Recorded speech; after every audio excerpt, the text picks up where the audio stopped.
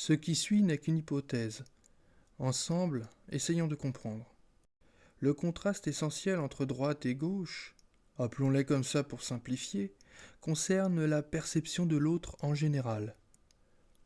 Le réflexe d'une personne de gauche, c'est d'enfermer les autres dans des catégories parmi lesquelles certaines seront victimisées, au point de les aider et ce, à son propre profit pour se valoriser soi, et maintenir les supposées victimes à un niveau inférieur, puisque chaque personne se disant de gauche est un individualiste forcené, au fort sentiment de supériorité, et percevant l'autre comme inférieur.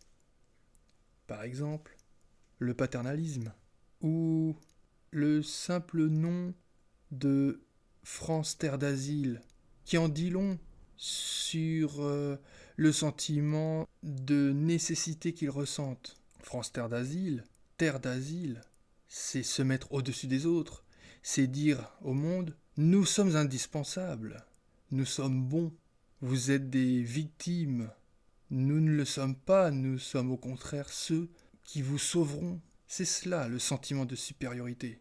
À l'opposé, la droite a une vision globale de la nation et voit les autres comme d'autres maillons de la chaîne, au même titre que soi-même. Partant de ce principe, chacun doit fournir son travail.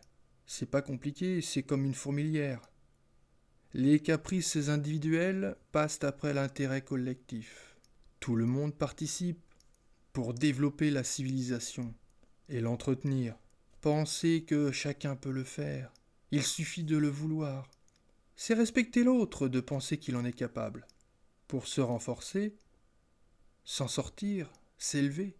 L'idée, c'est de responsabiliser tout le monde. Et là, c'est une démarche saine pour la société. Si une civilisation se mettait à louer la paresse, elle serait vouée à disparaître.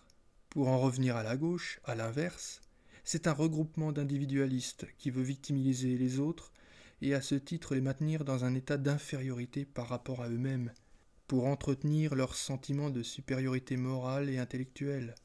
Ils œuvrent pour eux-mêmes, là où un conservateur œuvre pour la communauté.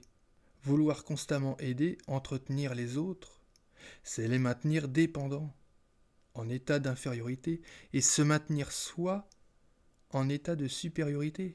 C'est d'ailleurs pour cela qu'est né le concept de racisme systémique, pour continuer à pouvoir victimiser même ceux qui sont intégrés, installés. Être celui dont on a besoin, c'est se valoriser, rien d'autre.